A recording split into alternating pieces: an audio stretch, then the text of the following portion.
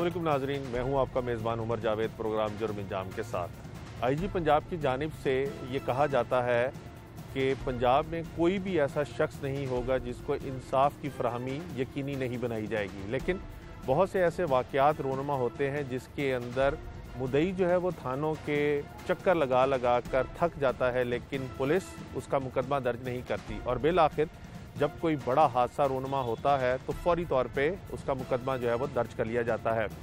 लाहौर में थाना शफीकाबाद की हदूद में एक शख्स को धमकियां मिल रही थी और उसने मुतअद्दिद मरतबा पुलिस को दरख्वास्त दी कि उसकी जगह के ऊपर जो लोग काबिज हैं वो उसको जान से मारने की धमकियां देते हैं और जगह खाली नहीं कर रहे, लिहाजा कानूनी कार्रवाई जो है वो अमल में लाई जाए। लेकिन पुलिस ने रवायती तरीक़ाकार अपनाते हुए ना तो उसकी दरख्वास्त के ऊपर कार्रवाई की और ना ही इस मामले को सुलझाने के लिए कोई इकदाम उठाया। बिल आखिर बंदा हमारे साथ मौजूद है जिसके आप देख सकते हैं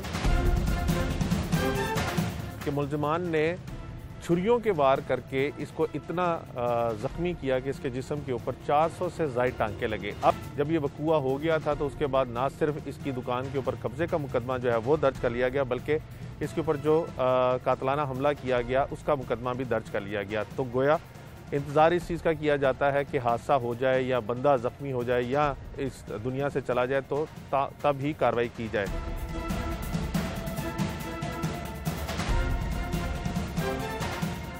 ये सारा वकूआ कैसे इनके साथ पेश आया, कितनी इनको दुश्वारी हुई मुकदमा दर्ज कराने के लिए और अब क्या परेशानी इनको है लाहक है जिसकी वजह से ये इस टाइम भी हमारे साथ भी मौजूद हैं और हस्पताल में ये ज़ेरे इलाज हैं, लेकिन उसके बावजूद भी अपने हक़ के लिए ये आवाज़ है वो बुलंद कर रहे हैं। इनसे जानते हैं। मोहतरम, आपका नाम? मेरा नाम असगर है। असगर साहब, क्या करते हैं आप? मैं मेहनत मजदूरी करता हूँ। कहाँ पे? अमीन पार्क नंबर 2 में छोटी सी एक दुकान है मेरी। अच्छा, किस चीज़ की? परचून की।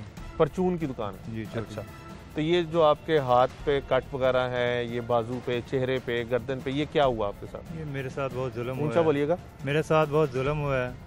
हमने एक दुकान किराए पे दी थी जिस पर वो काबज सामने पार्टी काबज हो गई है।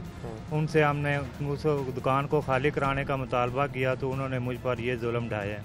क्या किया क्या उन्होंने मुझ पर छुरियों से वार किए हैं। मेरे ऊपर तकरीबन 400 टांका लगा, गर्दन पे छुरियों के वार हैं, हाथों पे हैं। कहाँ कहाँ पे, जरा बताइएगा, दिखाइएगा। छोड़ दे भाई। मेरे हाथ पे ये वाला छुरियों के वार हुए हैं, इस हाथ पे हुए हैं। अच्छा। और ये गर्दन पे छुरियाँ इतनी लगी हैं कि मुझे आखिरी सांस से मैं बचा हूँ। अच्छा, डॉक्टर साहब ने आखिरी सांस से मुझे बचाया। ये हमारी खुद खुशकिस्मती समझ लो, जो भी समझ लो। ये कब का वाक़या है? ये 25 और 26 की दरमियानी रात का वाक़या। कौन सा महीना? ये महीना 10वां था। अक्टूबर को 10वां महीना। 25-26 अक्टूबर को जिन लोगों को आपने दुकान किराए पे दी हुई थी उन्होंने आपके ऊपर हमला किया। क्या हुआ, क्या उस दिन आप क्या कर रहे थे, कहाँ पे मौजूद थे? हम अपने घर में मियाँ बीवी दोनों मौजूद थे। रात का 1:30-1:45 का तकरीबन टाइम था। तो बाहर से कुंडी खड़कने की आवाज़ आई। अच्छा। तो हमारे तो ज़हन में नहीं था कि हमारे साथ इतना बड़ा हादसा हो जाएगा। मेरी बीवी ने जाके कुंडी खोली। बस यही गलती हमसे हुई कि हमने आवाज़ नहीं दी, पूछा नहीं कौन। हम तो एक महल्लेदारी के नाते आधी रात को भी लोगों को चीज़ वगैरह दुकान से दे देते थे। इस मामले से हमने जो कुंडी खोली तो यकदम वो 3 मुल्ज़मान अंदर आ गए, जिसका नाम अब्बास, अवैस और अहमद रज़ा, तीनों भाई हैं। अच्छा। वो अंदर आए। एक ने गन पॉइंट मेरी बीवी कान पट्टी पे गन रखी और उसने वहीं उन्हें बैठा दिया। 2 आदमी मेरे पास अंदर कमरे में आए जिन्होंने मुझ पर छुरियों के वार करने शुरू कर दिए। वार करते रहे और मुझसे मकान की रजिस्ट्री का मुतालबा भी करते रहे।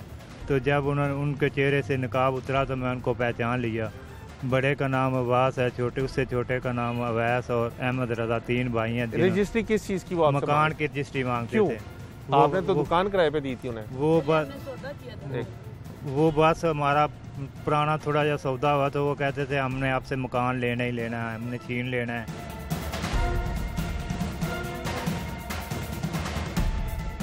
या आपको मार के हमने मकान हासिल करना है, जैसे भी करना है हमने आपका मकान हासिल करना है। आपके ऊपर उन्होंने हमला किया, आपसे ऊपर रजिस्ट्री मांगते रहे, उसके बाद क्या हुआ?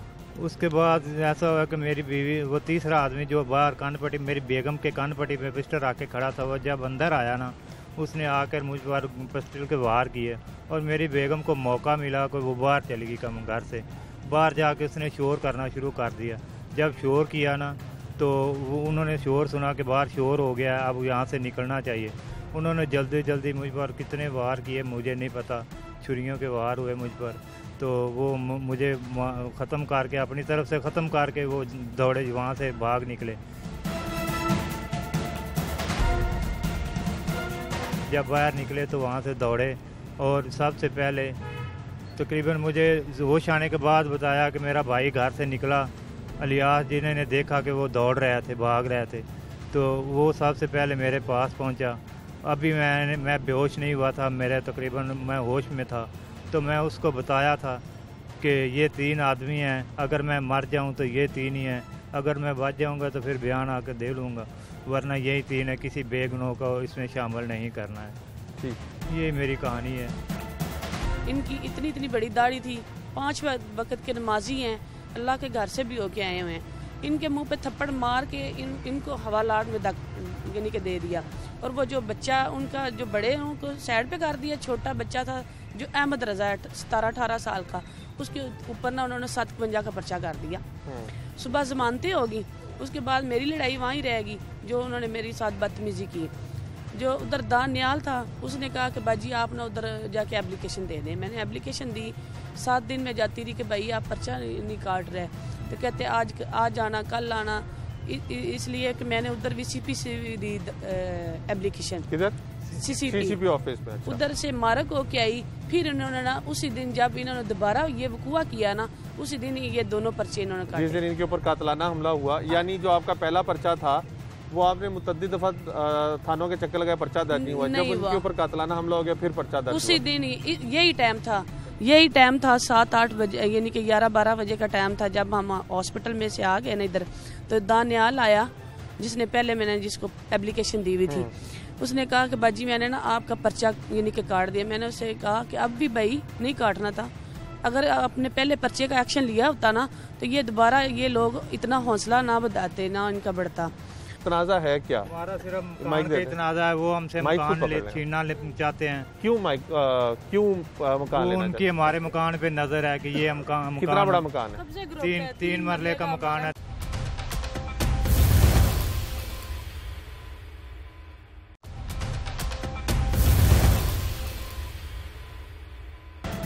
जी आप देखिए इस केस की मुद्दइया भी आप हैं।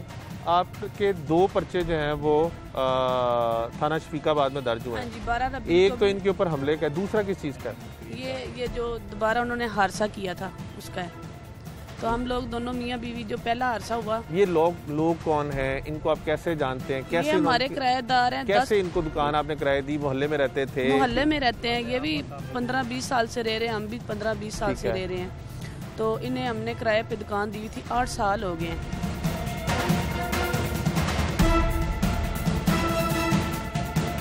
ये नहीं कि हम इन्हें जानते नहीं हैं, जानते हैं। इनके साथ हमारा बहुत अच्छा तल्लक भी था, सलाम दुआ भी थी, दुकान दी। इनके साथ हमारा यही मुतालबा था कि या खाली कर दो या गिरवी ले लो। मैंने अपनी बेटी की शादी करनी, मैं घर में भी गई हूँ, इनसे यही बात की है। उनके बेटे जो है ना, उनके वालिद ने तो कहा कि अच्छा चल सोचते हैं। तो बेटों ने आके ना घर से बात हुई उनके घर में, तो दुकान पे आके ना उन्होंने बदतमीजी की। इसी तरह 12 रबील को 3-4 भाई आए, हम दोनों मियाँ बीवी बैठे हुए हैं अपनी दुकान पे।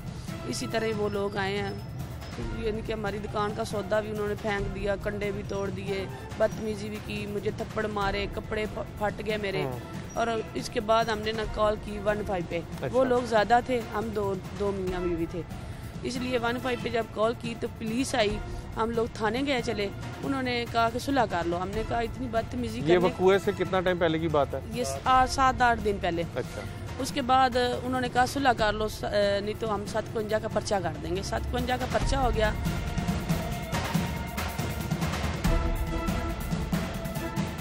इनकी इतनी बड़ी दाढ़ी थी, 5 वक्त के नमाजी हैं, अल्लाह के घर से भी होके आए हुए हैं। इनके मुंह पे थप्पड़ मार के इनको हवालात में यानी कि दे दिया।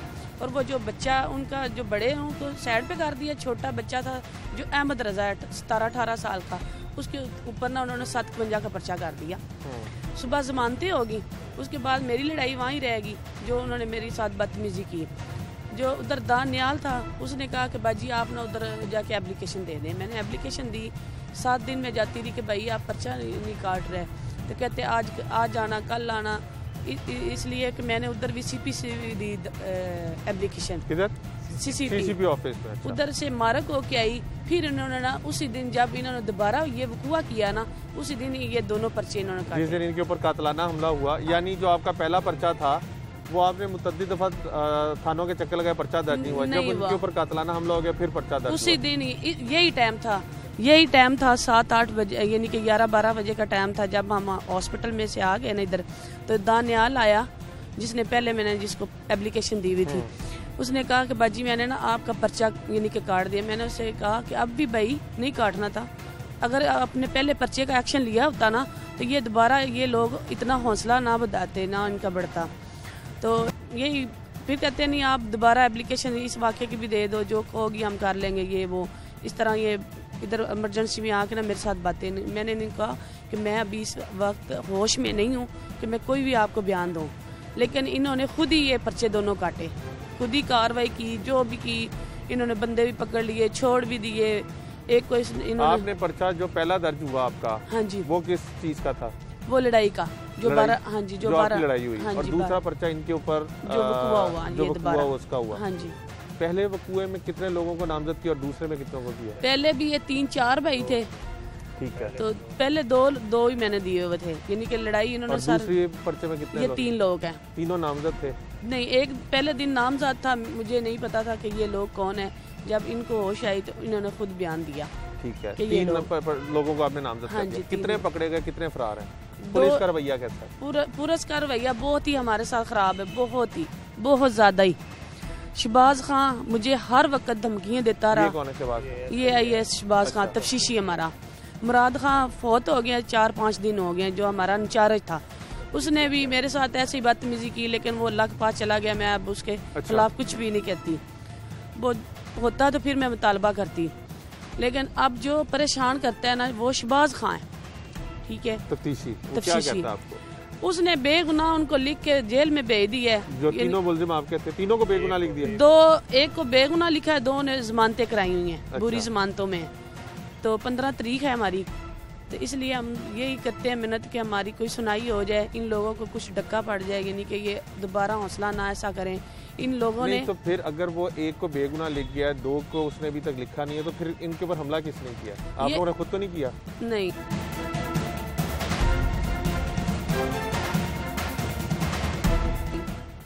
पुलिस को हमने कहा कि आप ये इन्होंने ना शामिल तफ्तीश में हमारे किराएदारों को भी लिया, मेरे भाई को भी लिया।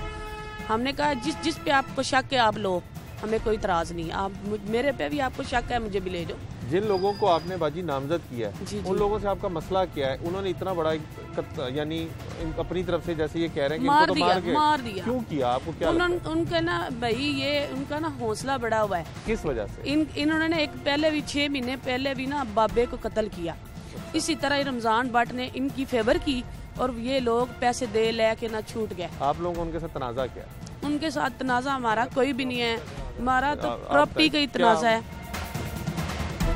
तनाजा है क्या? हमारा सिर्फ मकान का ही तनाजा है। वो हमसे मकान छीनना चाहते हैं। क्यों मकान? वो उनकी हमारे मकान पे नजर है कि ये मकान बड़ा मकान है, 3 मरले का मकान है, 3 मंजिला बना हुआ है। कुछ स्टाम्प भी किया था, वो स्टाम्प किस चीज? वो स्टाम्प दुकानों के किराए का है। क्या है क्या वो स्टाम्प? उस स्टाम्प में ना यही है कि इतने साल तक ना हमसे खाली कराई जाए और ना इसका किराया बढ़ाया जाए। ठीक है, वो तो आप लोगों ने खुद लिख के दिया? खुद नहीं, हम अनपढ़ थे, हमें तो पता ही नहीं चला कि ये इन्होंने क्या लिखवाया है। सिर्फ हमारे अंगूठे लगवाए हैं कि ये स्टाम्प है, आपसे दुकानें किराए पे ली हैं, ये स्टाम्प पे आप अंगूठे लगा। कितने अरसे के लिए दुकानें ली? हमें तो 1 साल का बताया था, लेकिन उसमें लिखा 5 साल था। 5 साल के लिए उन्होंने आपसे स्टाम्प किया कि ना किराया बढ़ाया जाएगा, ना खाली करवाई जाएंगी। आप लोगों ने ये तो नहीं कहा, आप लोगों ने मुतालबा करना शुरू कर दिया कि दुकानें खाली कर दे? इससे लड़ाई हुई या कोई और वजह? यही वजह है। हमें से 1 साल का कहा था, तो हम जब खाली कराने के बोले तो वो बोलते हैं 5 साल का लिखा है। ये वो स्टाम्प रखा है, लेकिन पुलिस वाले उस स्टाम्प को नहीं मानते, आंधे नहीं, इसकी कोई औकात नहीं होती। ये महल्ले में चलता है, जो सरकारी कामों में दफ्तरों में ये इसकी कोई औकात नहीं होती, तो महल्ले में इसकी दबदबा होती है। लेकिन हम तो अनपढ़ थे, हमें तो पता ही नहीं, हम तो 1 साल का उन्होंने बताया था, तो हम उन्होंने 5 साल का लिखा हुआ था, हमें तो पता ही नहीं था। ये हमारे साथ ज्यादती हुई है, उन्होंने 1 साल का कह के 5 साल का लिख के हमसे ज्यादती की है। आपके ऊपर फिर हमला क्यों किया उन्होंने? उसी की वजह से कि हम खाली करवाना चाहते थे, वो करते नहीं थे, उन्होंने आके जबरदस्त हम पर हमला कर दिया कि आप दुकान चाहते हो, हम आपका मकान ही लेना चाहते हैं। नहीं, दुकानों की लड़ाई से मकान कैसे बीच में आ गया? मकान शुरू से मकान की तरफ पड़ता, जब उनका मामले बयाना वापस किया था, आप लोगों ने पहले उनको सेल किया था, उन्हीं लोगों को जिनके पास दुकानें हैं, तो महल्लेदारों ने मिल के हमारा मकान का बयाना वापस करवा दिया कि आप यहाँ से ना जाएं, अच्छे लोग हैं, आप मकान ना बेचें। तो उसी वजह से तो दुकानों पे उनको कब्जा कर लिया और बयाना वापस कर लिया। अच्छा, यही हमारा मकान ही हमारे लिए। पुलिस आपका साथ क्यों नहीं दे रही? जैसे आपकी बीवी कह रही है पुलिस हमारा साथ इसलिए नहीं दी कि वो उनकी फेवर में रमजान भट्ट साहब हैं, जो उनके पीछे पैसे लगा रहे हैं। हम इतनी औकात के मालिक नहीं कि हम पुलिस वालों को पैसे दें। कौन है? ये हमारे महल्ले का है, जो थोड़ा सा रिजक दिया है, उसके पास प्रॉपर्टी है हमारे महल्ले में, बहुत ज़्यादा मकान है, 15-20 जो किराए पे दिए हैं उन्होंने। कौन से इलाके में रहते हैं? अमीन पार्क 2 में रहते हैं हम, मालीपुरा बंद रोड पम, ये इलाका है हमारा। जब आप पुलिस को ये कहते हैं कि जो 3 मेरे नामजद मुल्जिमान हैं उनको आप पकड़ नहीं रहे और एक को आपने बेगुनाह कर दिया, 2 को आप शामिल तफ्तीश नहीं कर रहे, तो वो क्या कहते हैं आगे सब? वो यही कहते हैं कि हम आपको यही कहते हैं कि आप सुलह कर लें, आपके केस में कोई। तो वो बहुत तगड़े लोग हैं, पैसे देते हैं पुलिस को, क्या वजह है, क्यों तगड़े लोग हैं? वो पैसे देते हैं पुलिस को, पैसे उन्होंने बहुत ज़्यादा खिलाए हैं। हम इतनी सेहत के मालिक नहीं कि हम पुलिस वाले को पैसे दें, इसलिए हमारी सुनवाई नहीं होती, उनकी सुनवाई होती है, और पुलिस उनका साथ दे के हमें धमकियाँ लगाती है कि आप सुलह कर ले वरना आपके केस का कुछ भी नहीं बनेगा। तो जब आप पुलिस को अपनी हालत दिखाते हैं कि आपका हाथ भी नहीं चल रहा, ये वाला हाथ भी आपका ख़राब है, ये बाजू ख़राब है, सारा, वो कुछ भी नहीं कहते, यही कहते हैं कि हम आपको मशवरा देते हैं कि आप सुलह कर लें, इसके अलावा और कोई भी हमसे मुतालबा नहीं। भाजी आप क्या मुतालबा करेंगी? जैसे आप कह रही हैं कि थानों के चक्कर भी काटे हैं आपने। मेरा तो यही मुतालबा है कि हमें इंसाफ मिले, इन लोगों को जो सज़ा मिले, हमें इंसाफ मिले, बस हमारा यही मुतालबा है। और ये इस केस से बहुत ज़्यादा टचिंग यानी कि रमज़ान भट्ट की है, वो उसने मेरे साथ वहाँ बदतमीज़ी की थाने में। थाने वाले लोगों को ये तो अक्ल होनी चाहिए कि लेडीज से साथ बदतमीज़ी कर रहे हैं, तो उन्होंने उस वक्त भी नहीं यानी कि एक्शन लिया कि आप ज्यादती कर रहे हो। सही, पूरा थाना इसी तरह खड़ा होकर देख रहा है। सही, बहुत शुक्रिया।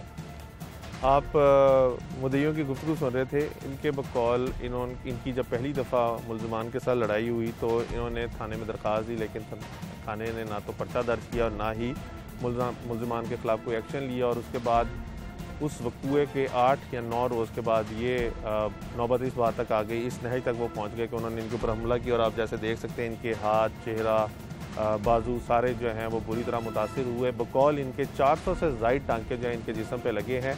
और जिन 3 लोगों को इन्होंने नामजद किया है, पुलिस ने उनमें से 1 को इनके बकौल बेगुनाह कर दिया है, जबकि 2 को ताहाल शामिल तफ्तीश नहीं किया, जिसकी वजह से ना सिर्फ ये सरापा एहतजाज है बल्कि इनको ये भी खतरा है कि इनको मज़ीद नुकसान दोबारा मुल्ज़िमान जो पहुँचा सकते हैं। तो इस केस के अंदर फिर और भी पैरामीटर्स हो सकते हैं। लेकिन कई दफ़ा हमारे न्यूरोकेमिकल चेंजेस आते हैं हमारे अंदर, जिसमें हमारा सेरोटोनिन है, अगर उसकी कमी हो जाती है, ऐसे लोगों में भी एकदम इम्पल्स कंट्रोल डिसऑर्डर होता है, वो एकदम इम्पल्सिव हो जाते हैं। उनको अगर बार बार किसी चीज़ की तरफ लाया जाए, चाहे वो ठीक ही क्यों ना हो, लेकिन वो उसके ऊपर उनका बहुत ही एग्रेसिव रिस्पॉन्स और बहुत ही spur of the moment response होता है। इसके अलावा ब्रेन एरियाज होते हैं, देखिए इसमें मल्टीपल फैक्टर्स हो सकते हैं, बायोलॉजिकल फैक्टर्स हो सकते हैं, फिर मैंने अभी सोशल फैक्टर्स जैसे आप फरमा रही हैं, अगर एक शख्स हो तो हम कह सकते हैं कि उसका जहनी मसला हो सकता है या वो किसी फिजिकल प्रॉब्लम का शिकार होगा। यहाँ पे मुद्दई कहते हैं कि 3 अफराद ने किया, तो कलेक्टिव बिहेवियर फिर ये हो जाएगा कि एक बंदा अगर ऐसा है फ्रस्ट्रेटेड या एग्रेसिव एटीट्यूड रखता है तो फिर बाकी 2 जो है उससे ये बहुत इंपॉर्टेंट है। देखिए ये ना मॉब बिहेवियर जो होता है मॉब बिहेवियर ये होता है कि एक बंदा बेसिकली एक बंदा होता है जो अफेक्टिव होता है या जो गुस्से में होता है, तो जो दूसरे लोग होते हैं ना वो उस बंदे की जो है वो शामिल हो जाते हैं, वो अपना एग्रेशन भी निकालते हैं। हमने देखा होगा कि अक्सर एक बंदे से प्रॉब्लम शुरू होती है और 100 बंदा जो है वो गाड़ियों को आग लगा देता है, और हमारे माशरे में इस किस्म के बहुत से बिहेवियर्स होते हैं। कई दफ़ा ये सोशल फैक्टर भी होता है कि अगर एक शख्स फैमिली में है और अगर वो किसी को कुछ कर रहा होता है तो बाकी लोग बगैर वजह के बगैर सोचे समझे उस शख्स का साथ देते हैं और विदाउट नोइंग कि असल हकीकत क्या है या उससे क्या नुकसान हो सकता है। नफ्सियाती तौर पे इस शख्स को थेरेपी की ज़रूरत पड़ेगी, क्योंकि वो पोस्ट ट्रॉमेटिक स्ट्रेस डिसऑर्डर का शिकार हो सकता है, वो डिप्रेशन में जा सकता है।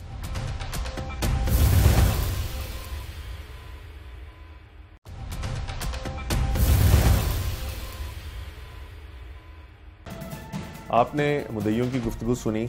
बिलाशुबा इंसाफ में ताख़ीर जो है वो बहुत से ऐसे वाक़यात को जन्म देती है जो अगर कार्रवाई पुलिस कर ले तो उन वाक़यात को रोका जा सकता है। इस केस के अंदर भी आपने मुद्दइयों की गुफ्तगू सुनी कि उनको जब पहली दफ़ा मारपीट का सामना करना पड़ा, वो थाने गए और उनको इंसाफ ना मिला, और उसके बाद मुलज़िमान का, जिसको पंजाबी में कहते हैं झाका खुलना, उनका हाथ इतना खुल गया कि उन्होंने आके इसको तकरीबन कत्ल ही कर दिया, लेकिन अल्लाह ने इसकी ज़िंदगी लिखी हुई थी, ये इसलिए बच गया। माहिर नफ्सियात हमारे साथ मौजूद हैं, इनसे जानने की कोशिश करेंगे कि मामूली सी तल्ख कलामी या जायदाद के तनाज़े या किराएदारों और मालिक मकान के जो झगड़े हैं वो इस नहज तक कैसे पहुंच जाते हैं कि आप किसी की जान लेने पर भी तुल जाते हैं, और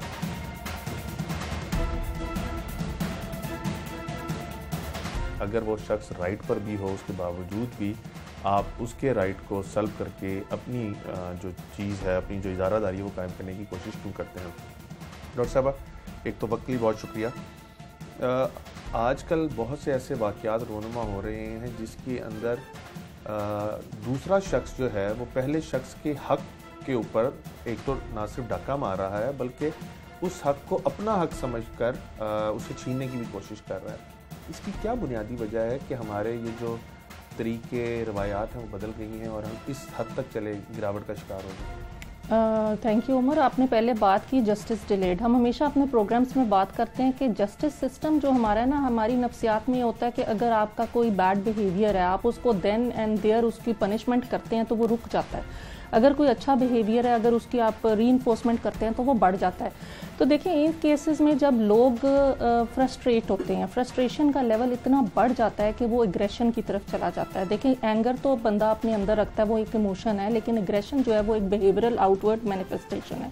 तो इस केस के अंदर तो एक्सट्रीम एग्रेशन की फॉर्म है। और दूसरी बात यह कि लर्निंग थ्रू मॉडलिंग, हमारी पब्लिक ने, हमारे लोगों ने ये सीख लिया है कि इंसाफ तो मिलना नहीं है या हमें कोई राइट नहीं कोई अपना ले सकता, तो बेहतर है कि हम इस तरह की एग्रेसिव रिस्पॉन्सेज या जिसको हम प्रिमिटिव रिस्पॉन्सेज कहते हैं, जैसे केव मैन करता होता था कि उसको एक ही तरीका आता था, एक ही कोपिंग मैकेनिज्म होता था, हर मसले का हल एक ही होता था कि वो by force, by hook and crook या बाय फिजिकल एग्रेशन जो ये है।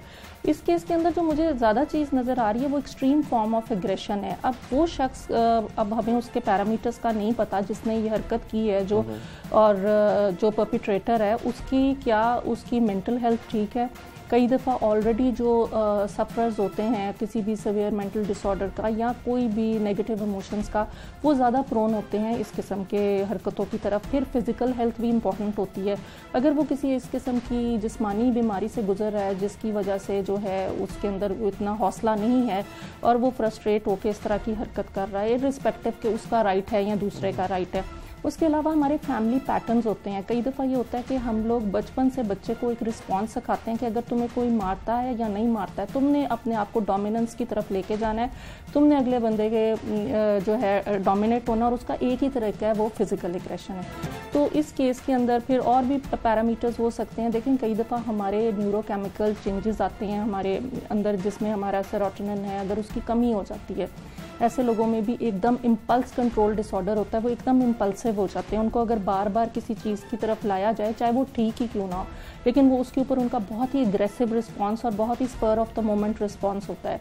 इसके अलावा ब्रेन एरियाज होते हैं, देखिए इसमें मल्टीपल फैक्टर्स हो सकते हैं, बायोलॉजिकल फैक्टर्स हो सकते हैं, फिर मैंने अभी सोशल फैक्टर्स जैसे आप फरमा रही हैं, अगर एक शख्स हो तो हम कह सकते हैं कि उसका जहनी मसला हो सकता है या वो किसी फिजिकल प्रॉब्लम का शिकार होगा।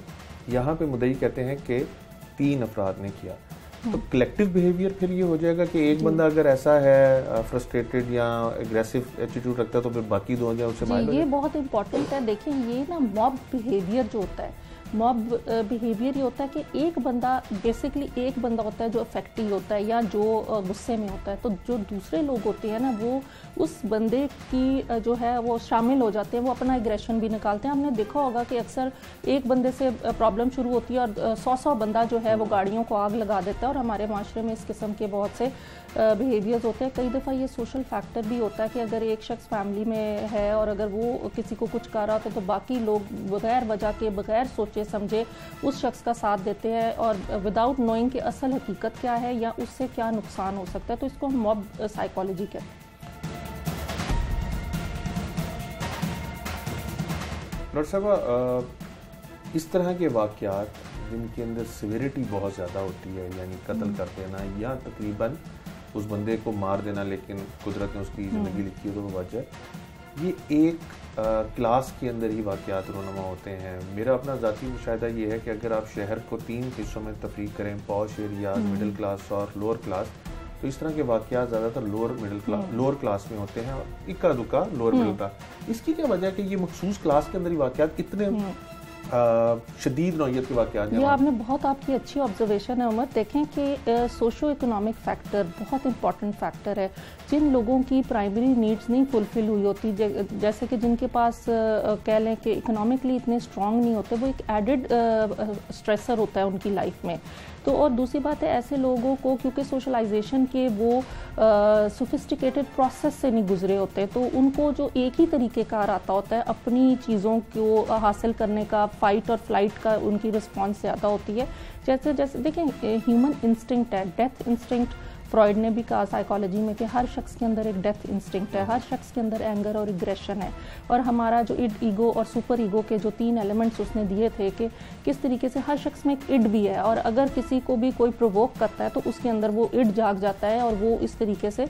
तो मेरे ख्याल में इन लोगों की sophisticated response through proper socialization और कुछ एजुकेशन की कमी और कुछ लर्निंग थ्रू मॉडलिंग के इस माशरे में इस तरह के माशरे में ताकत का नशा क्या है, क्यों इतना बढ़ता जा रहा है कि कोई जिसका थोड़ा सा भी जोर चलता है वो अपने से निचले तबके के ऊपर शक्कर लेने के लिए पावर एक्सपोज करता है? देखिए, social dominance has always been a part of the societies. पहले आप प्रिमिटिव सोसाइटीज़ में देखें कि लोग सोशली डोमिनेट होते थे, वो होता था survival of the fittest. I think so कि अब लोगों ने जहां आपको कोई ना कोई माशरे से या आपको कहीं कह लें लीगल सिस्टम से आपको हेल्प नहीं मिलती टाइमली, तो ये भी जन्म देता है इस किस्म की चीज़ों को कि लोग अपने हाथ में जस्टिस ले लेते हैं।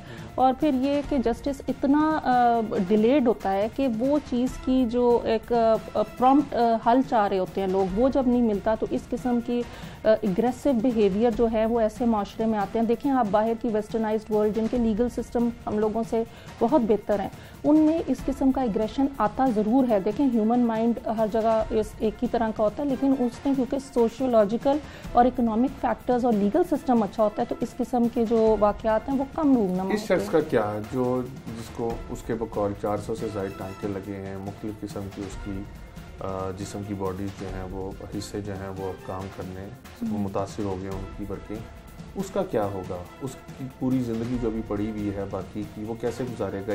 ये स्कार जब देखेगा तो वो उसको गुस्सा नहीं आएगा, उसका दिल नहीं करेगा वो बदला ले अगर उसको इंसाफ नहीं? बिल्कुल, देखें जी ये बहुत एक्सट्रीम ट्रॉमा में जाएगा शख्स। देखें एक फिजिकल ट्रॉमा है, इतने स्कार्स, इतनी उसने जो भी उसको कट्स लगे हैं। दूसरी बात यह है कि नफ्सियाती तौर पे इस शख्स को थेरेपी की ज़रूरत पड़ेगी क्योंकि वो पोस्ट ट्रॉमेटिक स्ट्रेस डिसऑर्डर का शिकार हो सकता है, वो डिप्रेशन में जा सकता है। एक तो लीगल सिस्टम उसके साथ उस तरीके से नहीं उसको हेल्प मिल रही, दूसरा के उल्टा वजह ये कि वो एट राइट होने के बावजूद जो है वो तशद्दुद का निशाना बना है। तो इस किस्म में मेरा ख्याल में लॉन्ग टर्म उसको साइकोलॉजिकल हेल्प की, काउंसलिंग की ज़रूरत होगी, उसके घर वालों को बहुत सी काउंसलिंग की ज़रूरत पड़ेगी। देखें, और जो बच्चे हैं अगर उसके घर में, तो वो भी एक बहुत बुरा रोल मॉडल उनके सामने आएगा कि अगर एक इंसान शरीफ है और अपने राइट्स के लिए वर्बली बोल रहा है और उसको आगे से इतना एग्रेशन का सामना करना पड़ता है, तो वो भी सीख लेंगे कि नहीं, हमें इस तरीके से नेगोशिएट नहीं करना चाहिए, हमें भी एग्रेसिव रिस्पॉन्सेज देनी चाहिए क्योंकि माइट इज़ राइट। तो ये जो माशरा मूव कर रहा है ना, might is right, survival of the fittest, ये वो कॉन्सेप्ट्स होते थे जो प्रिमिटिव टाइम में होते थे, केव एज में होते थे और वो डार्क एजेस में होते थे। तो यही तो माशरे की खूबसूरती होती है कि हम अपने माशरे को हर तरीके से बैलेंस आउट रखें ताकि इस किस्म के तशद्दुद के वाक़यात ना हो। हमारे नफ्सियात डॉक्टर प्रोफेसर आफिया रफ़ीक साहबा की आप गुफ्तगू सुन रहे थे, मुद्दइयों की आपने गुफ्तगू सुनी, हमारे कानून की गुफ्तगू सुनी और हमारे नफ्सियात का भी वर्जन आपने सुना।